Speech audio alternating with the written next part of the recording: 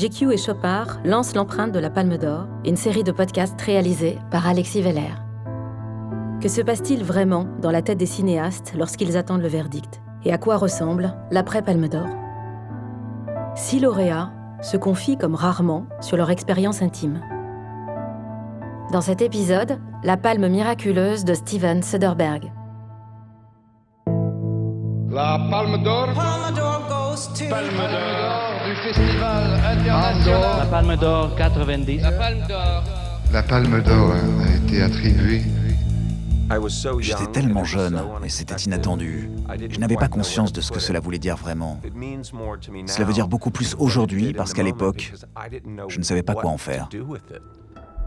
En 1989, c'est le réalisateur américain Steven Soderbergh qui repart avec la Palme d'Or pour Sexe, mensonges et vidéo. C'est son premier long métrage et il n'a que 26 ans. C'est une surprise totale. Rendez-vous compte, 2 jours avant le début du festival, il n'était même pas en compétition officielle. C'est à New York, dans ses bureaux de Brooklyn, que je retrouve Steven Soderbergh.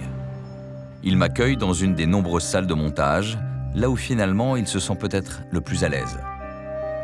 Même s'il collectionne les succès au box-office, il reste un homme plutôt introverti et réservé. Quand il apprend qu'il est sélectionné au Festival de Cannes, c'est pour lui une immense victoire. Cannes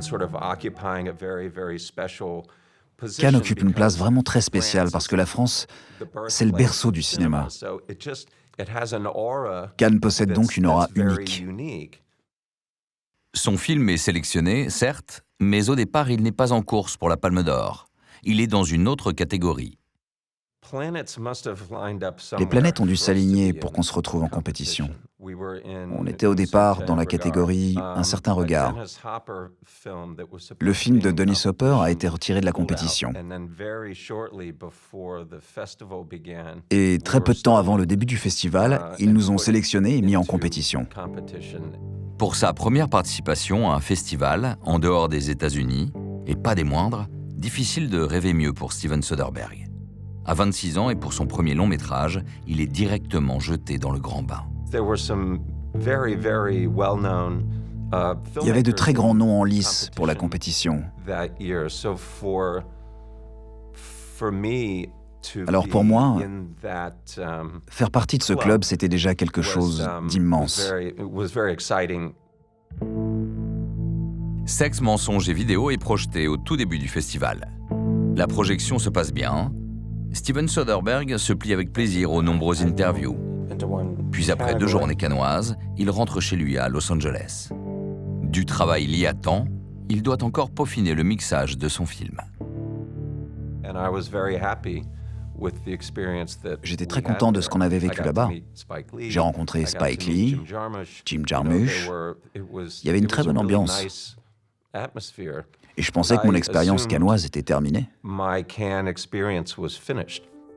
Mais la veille de la cérémonie de clôture, il reçoit un appel de son distributeur. Il lui demande de monter dans un avion au plus vite et de revenir à Cannes. Je lui ai dit « Qu'est-ce qui se passe ?» Et il me dit « Je crois que tu vas gagner le prix de la critique et tu devrais revenir pour ça. » Alors j'ai fait ma valise, je suis allé à l'aéroport et je suis monté dans l'avion. Le voici donc dans l'avion qui le ramène à Cannes pour recevoir un prix d'un festival pour lequel, au départ, il n'était même pas en compétition. L'histoire est déjà belle.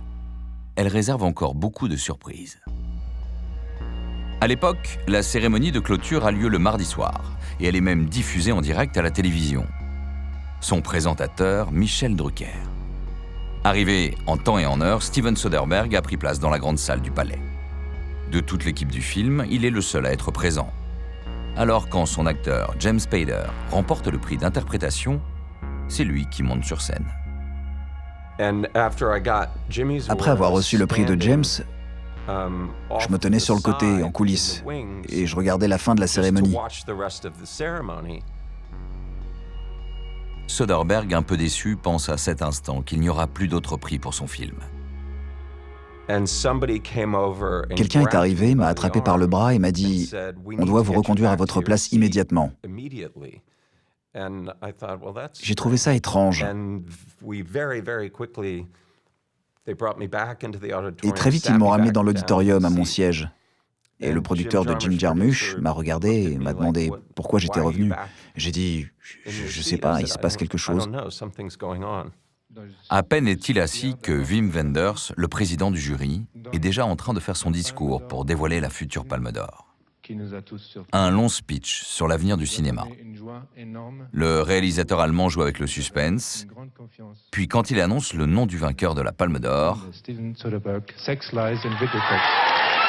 Soderbergh est comme sonné.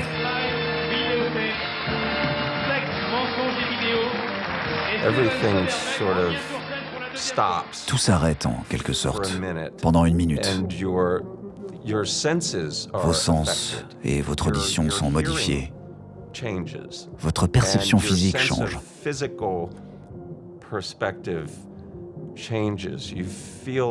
Vous avez soudain l'impression de porter un casque, muni d'un objectif grand angle. C'est très bizarre. C'est presque quelque chose de physique. C'est très déroutant. J'étais vraiment désorienté. Il arrive finalement à monter sur scène, où il semble encore comme KO, malgré la jolie présence de Jane Fonda qui, d'un immense sourire, lui remet le trophée. À 26 ans, il devient le plus jeune réalisateur à gagner la Palme d'Or. La Palme d'Or est tombée en morceaux dans mes mains ce soir-là. Tout s'est cassé. Le bouton a sauté, le socle s'est détaché, elle était très fragile.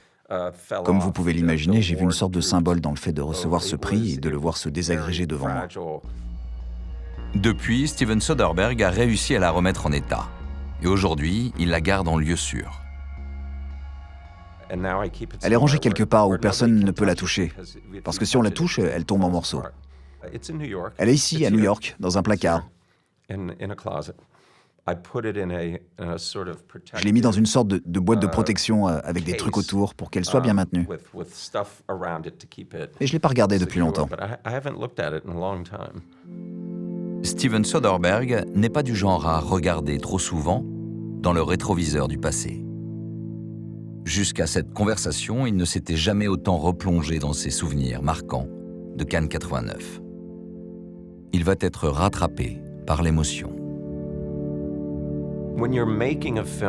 Quand on fait un film, ce qu'on essaie de créer, c'est une sorte de merveilleux accident qui arrive spontanément. Donc pour moi, être à Cannes, en 1989, absolument tout dans cette expérience a été agréable. Tout s'est bien passé parce que c'était une surprise, parce que c'était un accident. Personne n'a fait en sorte que ça arrive. C'est juste arrivé, spontanément. Et quand quelque chose d'aussi important vous arrive, c'est rare qu'il n'y ait pas une part sombre ou quelque chose qui vous mette mal à l'aise. Toute expérience cette année-là a été parfaite, du début à la fin. Je suis content que ça se soit passé à l'époque plutôt qu'aujourd'hui, je dois dire. L'empreinte de la Palme d'Or est éternelle.